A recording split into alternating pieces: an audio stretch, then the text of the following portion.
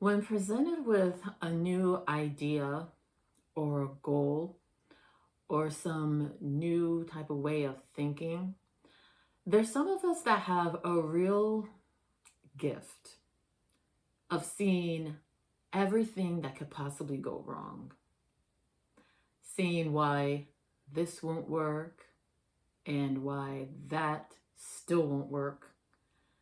And we're overly cautious, but what's really behind that may be some fear, some anxiety over this new thing that we're trying to pursue, this new idea that we're trying to develop and come to fruition. This made me think about growing up with my dad, who was a very skilled and brilliant, talented person, was really good at what he did.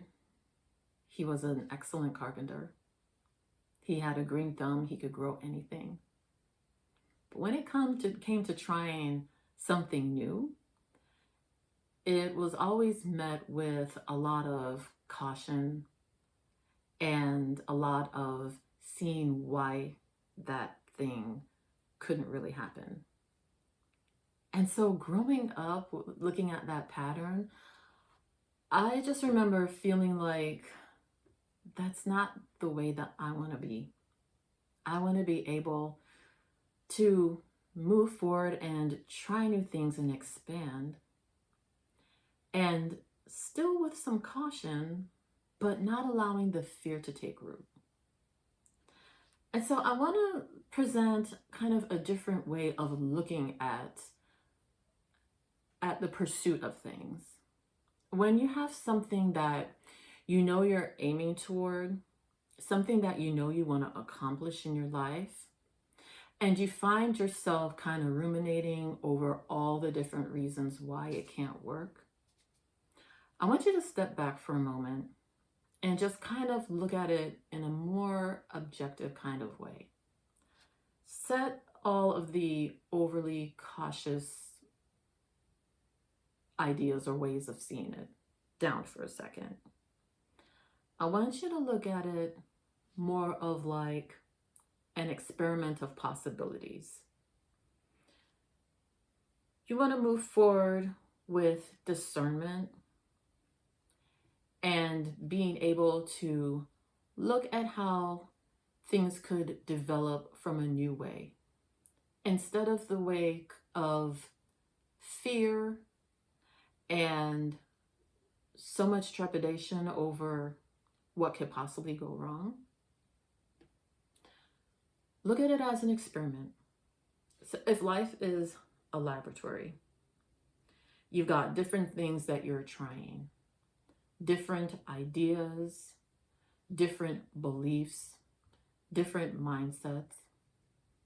Looking at it from a more objective stance, coming out of that sort of bubble of precaution, too much caution, which is different than discernment, and being able to look at it as an experiment, meaning that there are different outcomes that are possible. It's not necessarily going to be the worst outcome. If you can somehow strive for what the best outcome is, kind of aiming for the stars, if a disappointment comes along, you're kind of now more at a middle ground instead of flat down on the ground on your face, right? You're able to build from that middle ground, taking one step at a time until you reach your goal, instead of just being, every time you have a disappointment, you're back down on ground zero. Think of the best possibility. Using some discernment, being careful but not overly cautious, having a process of how you're going to get there and a strategy, But knowing that there are so many possibilities, why do you want to look at the worst one? Disappointments are going to come in life, but it's how you handle them that make the difference. It's okay to be careful, but just make sure that in your being cautious, you're not letting fear overwhelm you. Because if you let fear overwhelm you, that's where you're going to get stuck. And if you get stuck, you're not going to be able to build upon that goal, that accomplishment. You want to have a good balance of common sense, strategy, and a really big amount of hope, inspiration. There's so much that is possible when you're willing to just open yourself up to what could possibly be, and not just automatically going into all the ways that something could go wrong. Because think about it, what progress would we have made in life if we were stuck ruminating about all the things that could go wrong? When you were a little baby and you were taking your first steps, you weren't sitting there ruminating over the possibility of falling down. You fell down, you got back up, and you tried again. So be like you were when you were a little baby learning to walk, before the world told you that certain things just weren't possible.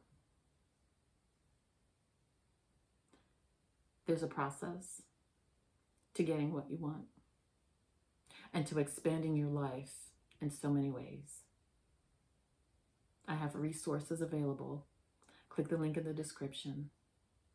The Purpose Emergence Guide is something that will give you the steps in order to start to create the life that you want, having the discernment that's necessary, and the hope that brings it all together. I'm Joanna Elizabeth. Peace and blessings, and I'll talk to you soon.